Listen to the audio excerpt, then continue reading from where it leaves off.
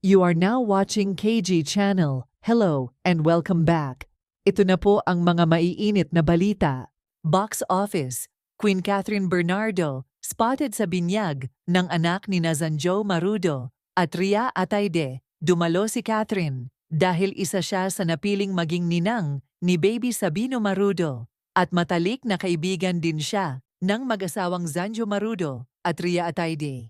Hindi lang din si Catherine Bernardo ang namataan sa binyag ni Baby Sabino, kundi andun din ang kanyang Uncle Arjo, Atayde at Maine Mendoza, mga ibang ninong at ninang, at mga kaibigan nila sa showbiz industry, kagaya nila Enchong D, Jane Oineza, at pati na rin ang kanilang mga non-showbiz friends. Marami din ang natuwa nang kumalat ang mga larawan ni na Catherine Bernardo at Maine Mendoza sa binyag ni Baby Sabino dahil hindi madalas makitang magkasama ang dalawang superstars at hindi rin maikakaila na may mga usap-usapan noon na kesyo hindi daw okay sina Maine Mendoza at Catherine Bernardo dahil kay Alden Richards. Kung matatandaan, ay naging long-time on-screen partner ni Alden Richards si Maine Mendoza sa programang Eat Bulaga at tinawag ang kanilang tandem na Aldab. Despite sa mga issue na kumalat noon, ay nanatiling tahimik sina Catherine Bernardo at Maine Mendoza dahil wala naman katotohanan ang mga ito. Matatandaan din na nilinaw ni Alden Richards na wala ding naging anak ang Aldab dahil kumalat din kasi na nagkaroon sila ng anak ni Maine Mendoza at hanggang ngayon ay marami pa ring naniniwala sa balitang iyon kahit na klinaro na ni Maine at Alden ang issue. Samantala, marami nga ang natuwa nang makita ang mga larawan ni Maine Mendoza at Catherine Bernardo na magkasama sa mga larawan. Dahil hindi nila madalas makita ang dalawa sa mga importanteng selebrasyon, ngunit dahil sa binyag ng pamangkin ni Maine na si Baby Sabino at ninang naman si Catherine, kaya nakapag-bonding sina Maine at Catherine. Makikita na masayang-masaya ang dalawa dahil sa pagkikita nilang muli. Hindi naman ito ang unang bonding ni Maine at Catherine dahil kapag may mga event ang asawa ni Maine na si Arjo at ang kapatid nitong si Ria Atayde ay nakikita din na kasakasama nila si Catherine Bernardo. Kaya dito makikita at mapapatunayan na nasa magandang samahan sina Catherine Bernardo at Maine Mendoza.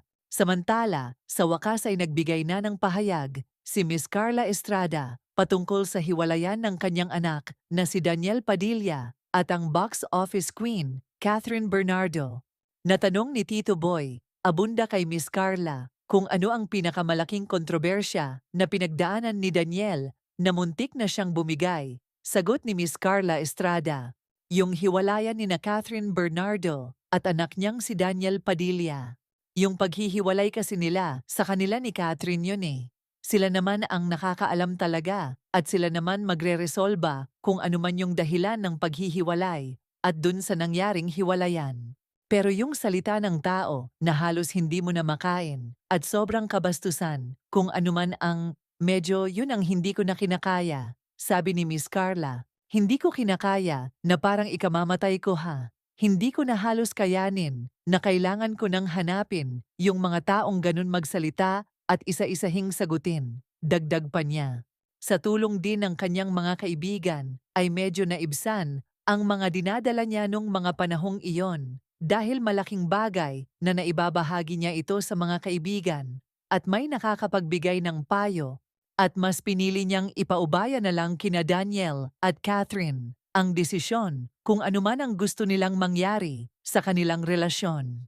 Sa ngayon ay makikitang nasa magandang estado na si Daniel Padilla at lalong-lalo na si Catherine dahil may kanya-kanya na din silang proyekto.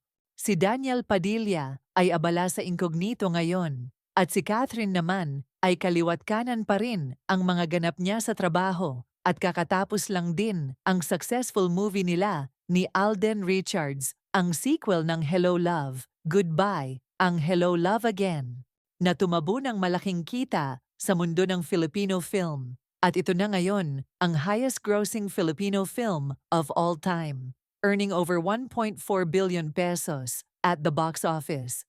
Kahanga-hanga nga ang tandem ng Kath Den dahil pangalawang proyekto nila ito na magkasama at parehong nagiging the highest grossing Filipino film of all time. Diyan makikita ang lakas ng karisma ng Kath Den sa tao, lalo na hindi nawawala ang kanilang mga tagahanga at nadadagdagan pa ito ng nadadagdagan. Hindi naman kasi maikakaila na magagaling talaga silang artista, ang ganda, at ang gaan kasi ng kanilang samahan, and they really look good together sa screen, at lalong-lalo na in person.